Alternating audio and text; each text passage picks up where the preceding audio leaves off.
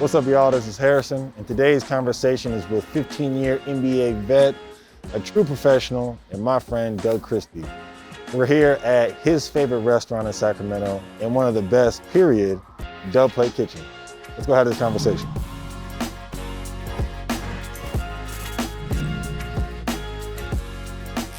DC. Brother HG, what it do, man? How you? Hello, my guy. You doing all Good right? to see you. All is well, man. Oh, baby, you smell that food?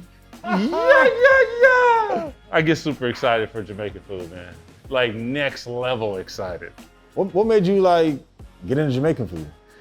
So my wife and I, we were in Toronto. We said, let's try Jamaica.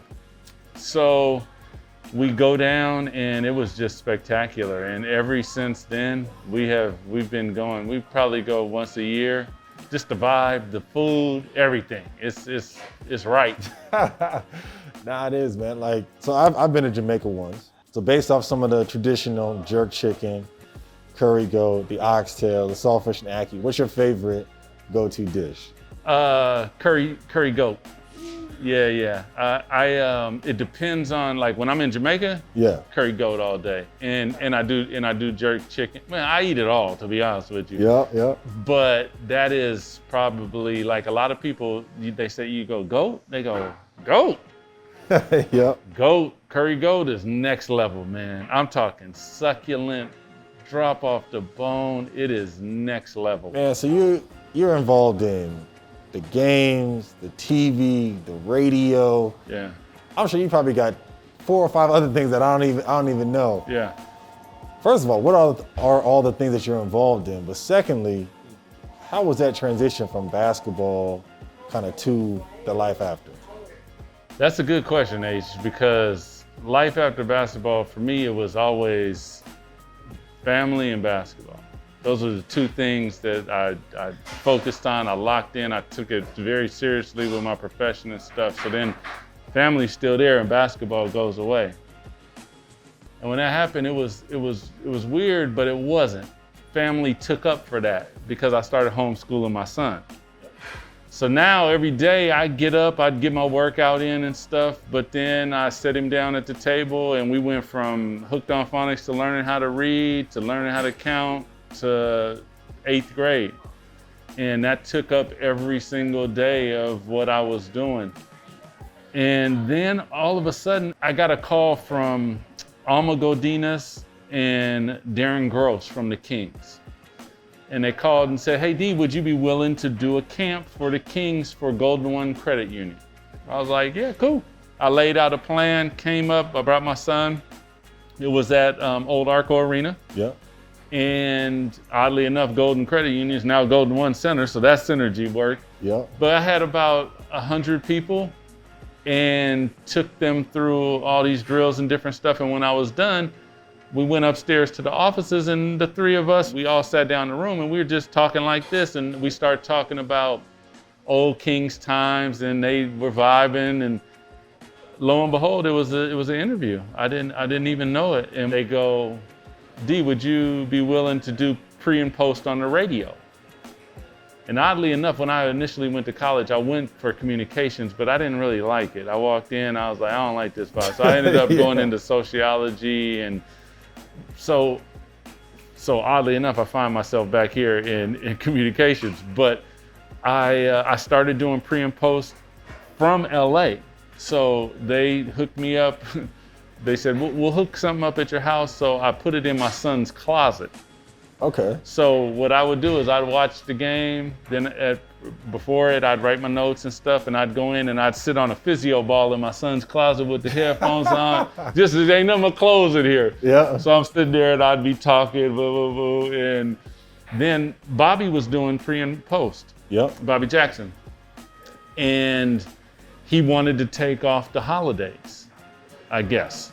It was Christmas. So they hit me and were like, hey, Bobby's gonna take off Christmas and the New Year. Would you be willing to come up? You're probably gonna stay here for about 10 days. And I was like, hey baby, you wanna go to San Francisco?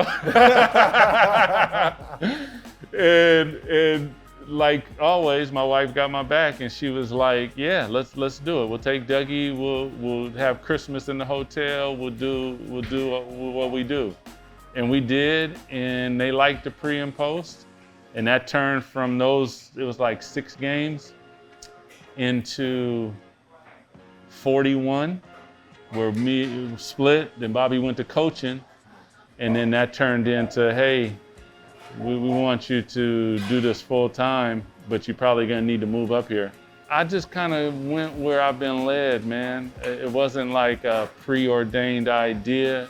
God lead me where he want, and here I am. Now, can you talk about the grind of it? Because I think a lot of people, they look and they say, oh, well, he played basketball. It's probably easy for him to do radio. Oh, it's probably easy for him to call games. Oh, it's easy for him to do this. And I don't think people realize the amount of homework and time that it takes to not only prepare, but to be able to present. Yeah, I try to be good at what I do. And I hear people say, I can tell that player didn't study because he just thinks that he or she knows the game and they can do it. I know basketball backwards and forwards. Absolutely. But I study like all the time, and I take notes and I look at numbers and different things, and then I try to give my own flair and what I do, my personality, studying the nuances of it, how you shoot, how you dribble, how you approach it. That's just, I don't know. I'm a nerd, I guess, for the game of basketball, man. Speaking of the game, what was one of your favorite, it could be one or two, just favorite memories of being a player? Because I think a lot of times, when we get asked about like, what was your welcome to the NBA moment, or like, what was your greatest achievement? You kind of miss some of those memories where it's like, man, that was a conversation or a play or this happened, and like that meant a lot, to me. Yeah, there was, as I think about it, they're all here with the Kings. And well, maybe one of them isn't, but there's 3. So one is the first time that I played in a preseason game with Jay Will. And I had, basketball had become a business, and I had lost a little bit of the love. Yeah.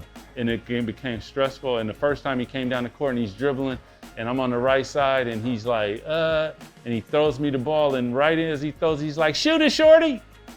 And I was like, and I hit it, and I was like, oh, we're about to have fun for real. And that's just the game. All of a sudden, it came back to life like I was a kid, and I was playing on the playground, and why I really enjoy the game of basketball. And I credit Jay for giving me that, because he gave it back to me. Yeah. And the Kings in the community gave me that back, and I needed it in a lot of ways. The other one was with Jay Will. Oddly enough, we're in Phoenix, and he hits a big shot in the playoffs. And for whatever reason, I ran across the court and jumped on my butt and slid backwards to him. And he's facing this way, and I'm facing that way. So by the time I get to him, I'm like, yeah, son, that's what. And just the joy of being able to play like that there's nothing like it. At the highest level, there's nothing like it. And then game 7 of the Lakers series, when we were in the tunnel, and what I was feeling and experiencing in that arena, and then running out onto the floor, I've never experienced anything like that. I started crying because I had never been in a moment like that, and I just seen a lot of my life. It was odd, man. It was the oddest thing I ever experienced, but I learned a lot. But my greatest moment the basketball gave me was I was in 11th grade, and we were having a bad practice, and Rainier Beach, that's where Jamal and Nate Robinson, all these guys come. Like, you don't play around at practice, because you're gonna get cussed out. You might get sent home. It was serious. So coach stops the practice, and he calls us all in, and he's like, you guys is practicing, blah, blah, blah. He's going in on us. He said, you think you're gonna make it to the NBA? He said, there's probably only one person in here that'll make it to the NBA. And it's a bunch of hood kids, so we're all like, First of all, we're thinking like, who is he about to say? And he said my name, H. And that was the first time I had ever heard anybody speak truth to my dream. You know what I'm saying? To hear Mel speak truth to my dream was one of the most greatest gifts anybody had ever given me. Yeah. You know, being in Sacramento, you mentioned it earlier, you know, the joy that you had playing on these teams and the memories. What has the Sacramento community and family meant to you? Man, it's been life-saving in many ways, man, because I can remember we were in Seattle, we were actually out in Redmond, we were looking for a house. Yep. And I got the call, and I'm over, it was a couple acres, so I'm over across the yard, and my wife's like, I'm like, she's like, phone. So I jog over, she said, you just got traded. I was like, really, where? Because I knew something was happening, but I didn't know where it was. Yep. And she said, Sacramento. I think it's funny too. Every NBA player always says, "Oh, you got traded. Where?"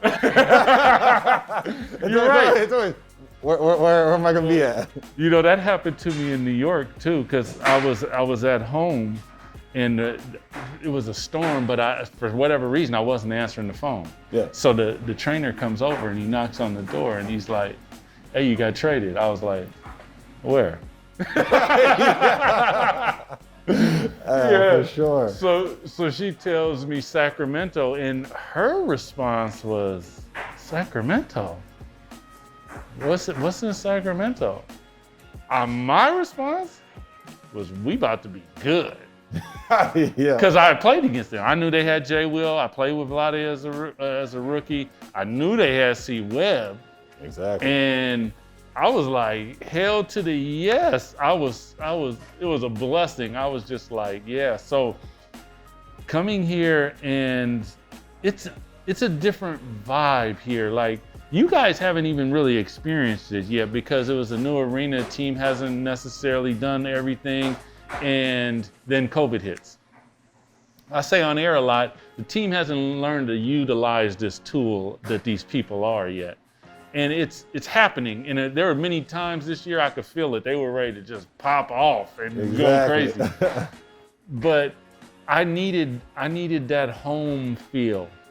And Sacramento gave me that. They brought us in, they brought my family in. The support was just tremendous. And they allowed me to find me and be myself as a basketball player. This community just said, we got you. Do your thing. And it was one of the most incredible things that I've ever experienced. I've never seen the community come together the way, like, driving into the game hours before the game. I'm like you, I get there early. Yeah. But they would already be out there. And they were ready to go. That's why for me, like, when they say coming back here, like, I feel like, you know, I'm in practice shagging the balls for you guys. Oh, for sure. If the coach lets me. But I feel like I got unfinished business, man. Like, I truly do. It hurts my heart to see that we got so close and we weren't able to give them that thing that if any fan base deserves a championship, this one does.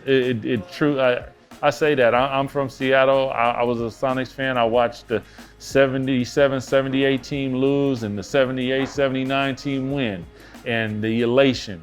But this fan base deserves a championship like no other, man. Man, I definitely understand what you're talking about when, you know, playing against Sac. I would look at these fans, this arena, it was rocking every time we played there.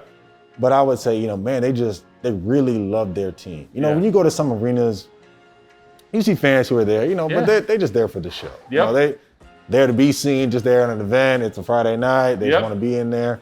You know, they support their team a little bit, but Sacramento fans through and through. As an opponent and now as a player, I see that love. And obviously, you know, you played on the greatest team this franchise has ever seen.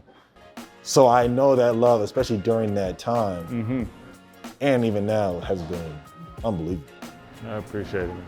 For those of you, this is Sunny. This is her restaurant. It is Unbelievable. Please come check it out. Sonny, Yes. Thank you so much. Always.